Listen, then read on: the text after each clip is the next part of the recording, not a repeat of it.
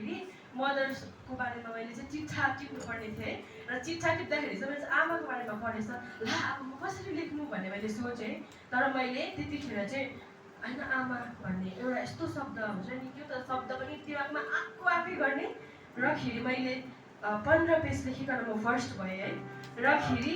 आज त्यही मैले लेख्नुको नेपालीमा लेखेको थिएँ फेरि है भन्नुपर्दा इङ्ग्लिसमा झन् सजिलो भन्छ तर नेपालीमा मैले लेखेको थिएँ र 15 पेज लेखेर मैले त्यो के भनेर उपहार मैले पाएँ है र त्यही मैले कुरालाई अझै बढाउँदै लैजाउँदा मैले कविताहरू पनि लेख्न थालेँ मैले धेरै कविताहरू पनि लेखेको छु र आज यसरी मदर्स डेमा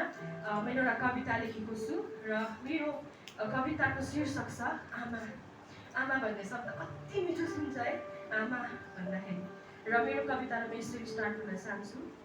संसारको पहिलो पाठशाला मेरी आमा जीवनको हरेक पाइलामा साथ दिने मेरी आमा अक्षर चिनाउने गुरु पनि मेरी आमा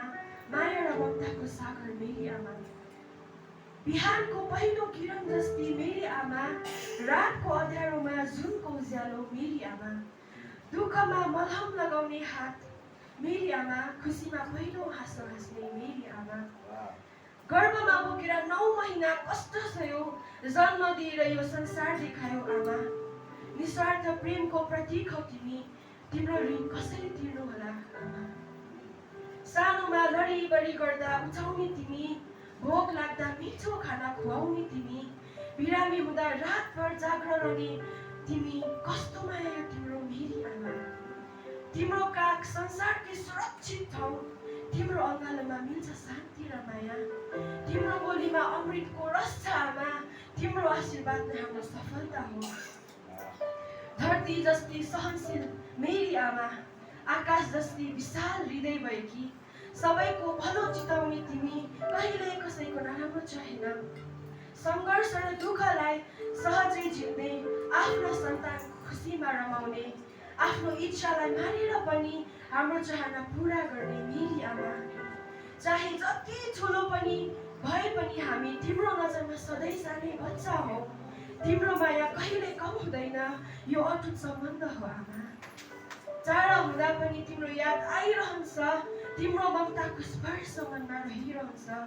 यो मन सधैँ तिमीलाई खोजिरहन्छ मेरी प्यारी आमा तिमी कति महान टाढा हुँदा पनि तिम्रो याद आइरहन्छ तिम्रो ममताको स्पर्श मनमा रहिरहन्छ यो मन सधैँ तिमीलाई खोजिरहन्छ मेरी प्यारी आमा तिमी कति महान